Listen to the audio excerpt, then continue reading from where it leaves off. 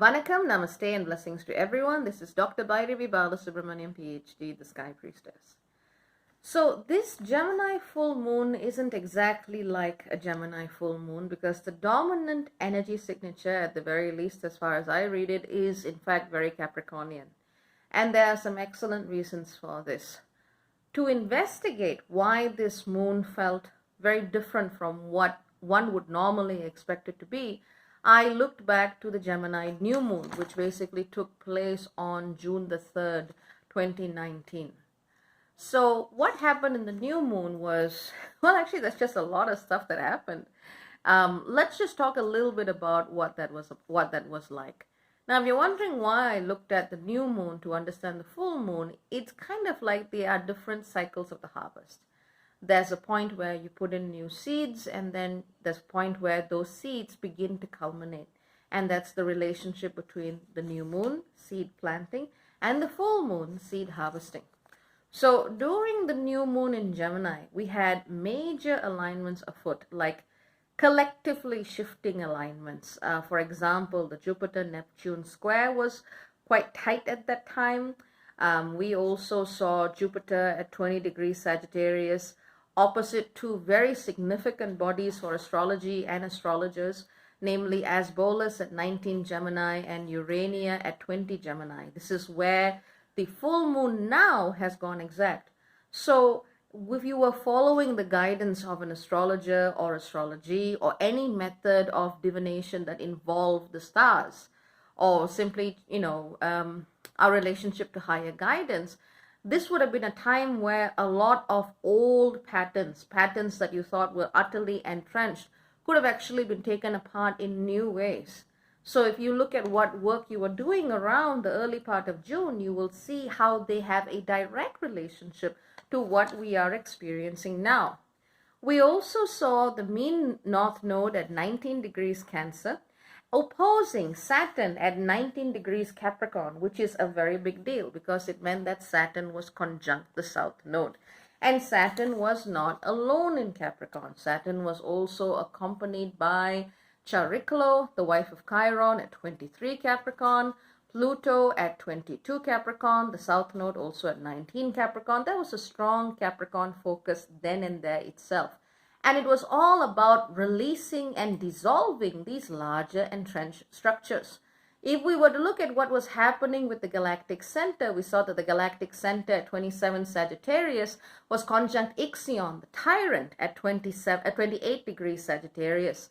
This was opposing Mercury at 27 degrees Gemini and Panacea, or Panacea, however you say it, as the cure of all ills at 28 degrees Gemini as well. I realize I don't normally go into the asteroids for videos because I try to keep them as accessible as possible, but this was an exception that needed to be made.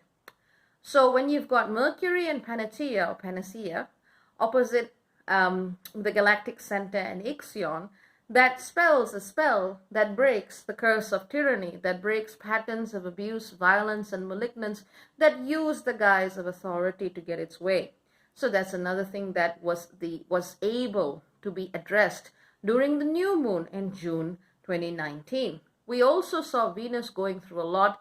At 23 degrees Taurus, it trined Pluto at 22 degrees Capricorn, and Chariklo, the shamaness who heals, at 23 degrees Capricorn. So there was a key focus on relationships there and then as well. Now there's a whole lot of things that were also going on. For example, Vesta was at 27 degrees Aries, charting a path of service, trined the galactic center and Ixion. So really the opportunity to choose a path of service that did not destroy the self or give it over to tyranny, but one that stood as a light in its own right, irrespective of what others' narratives of sacrifice, surrender, or the greater good, or true knowledge and wisdom might have been.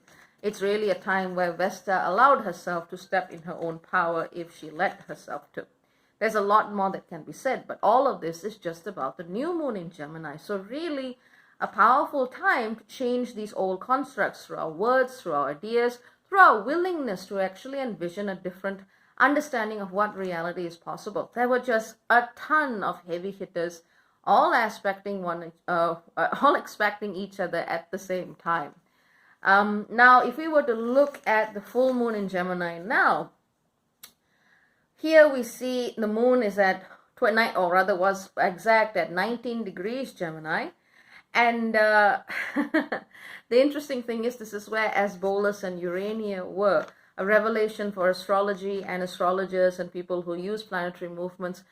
The seeds of that was set in June, and whatever is being revealed now is a direct result of that. What's also interesting is that Panacea or Panakia, the cure to all ills, is at 20 degrees Leo. So it is making an angle to the moon itself. We also see a very powerful Capricorn stellium already in place, with Venus at 20 Capricorn, Saturn at 19, the exact degree it was before, Chariklo, the shamaness, at 22 Capricorn, and Pluto at 21, I believe. All of these are together exerting a very similar kind of influence as to what we see, except before Venus trined these bodies, now Venus is conjunct them. So, you can actually look to see major changes in your relationship status, especially as they have unfolded from June 2019 all the way till now, in December 2019.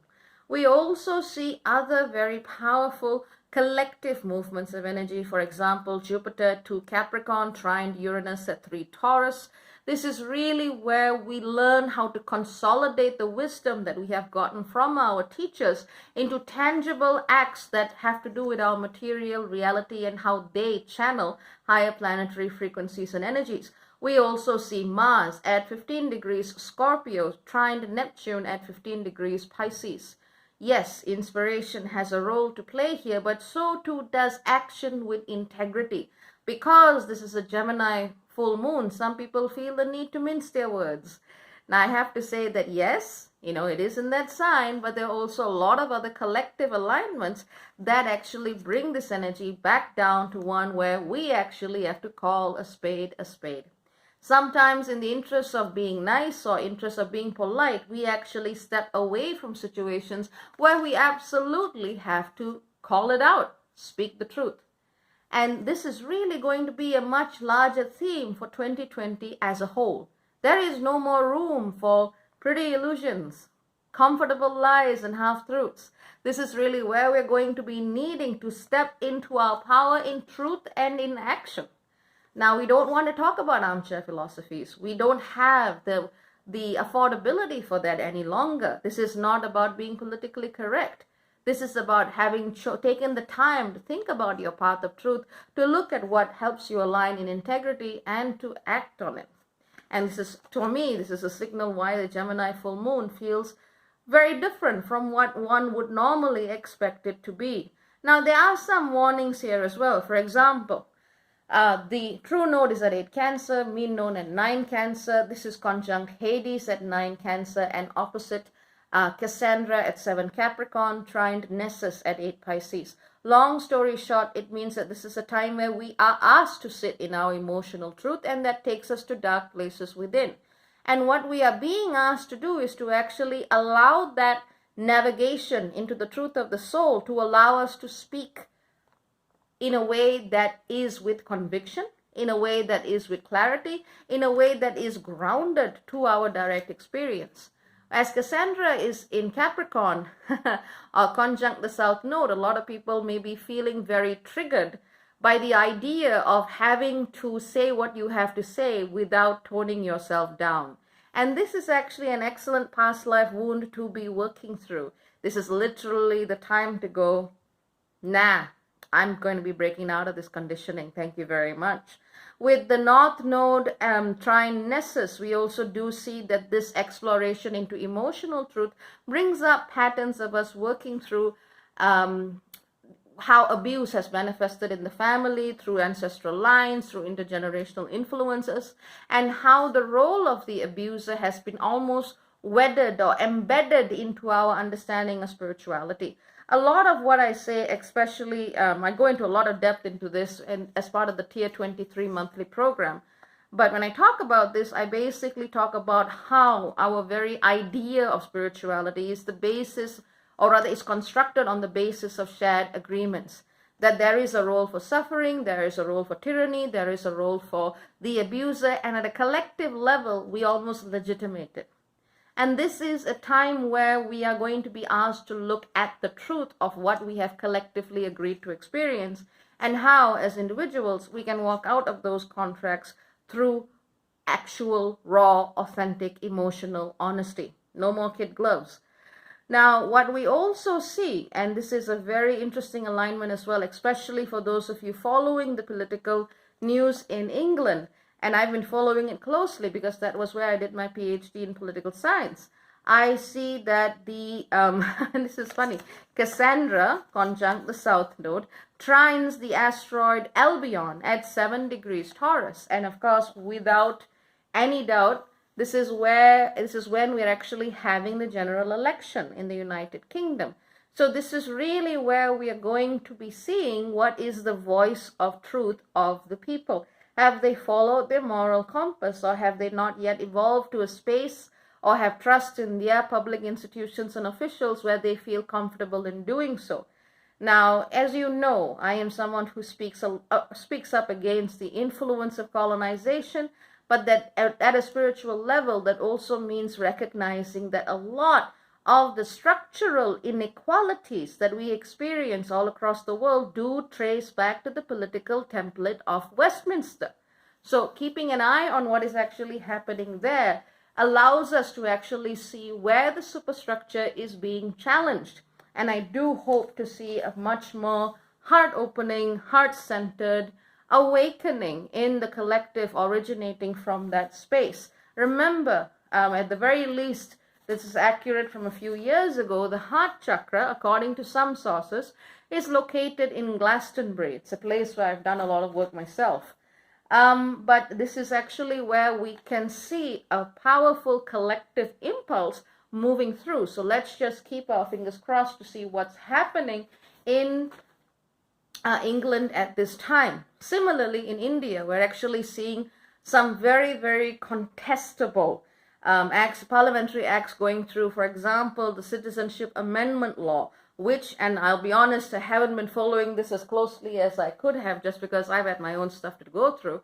But effectively, it is the idea that one actually needs to specify their religion in order to be a citizen, given the right-wing nature of the political party that is in power at this time. This makes a lot of minorities very, very uncomfortable. So you can actually see how two political systems, both modeled on the Westminster system, are actually moving in very opposite directions. Astrology does not tell you what outcome you are going to manifest.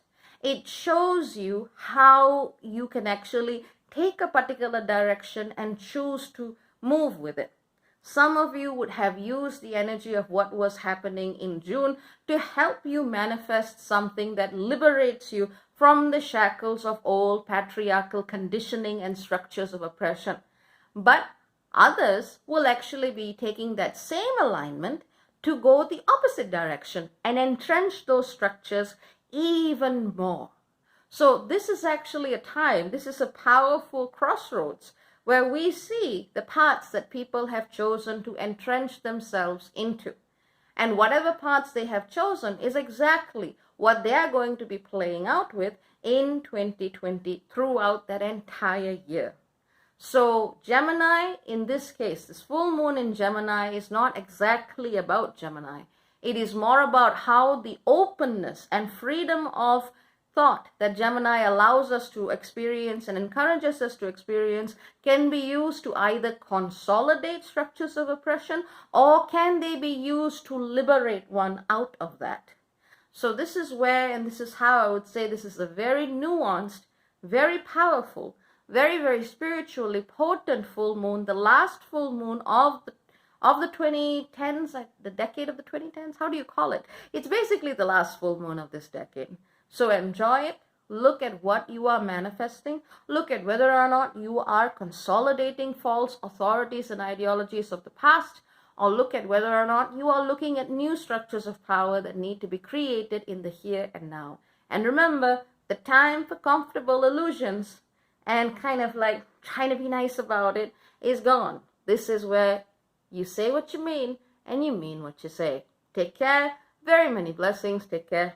And ciao ciao for now. Bye-bye.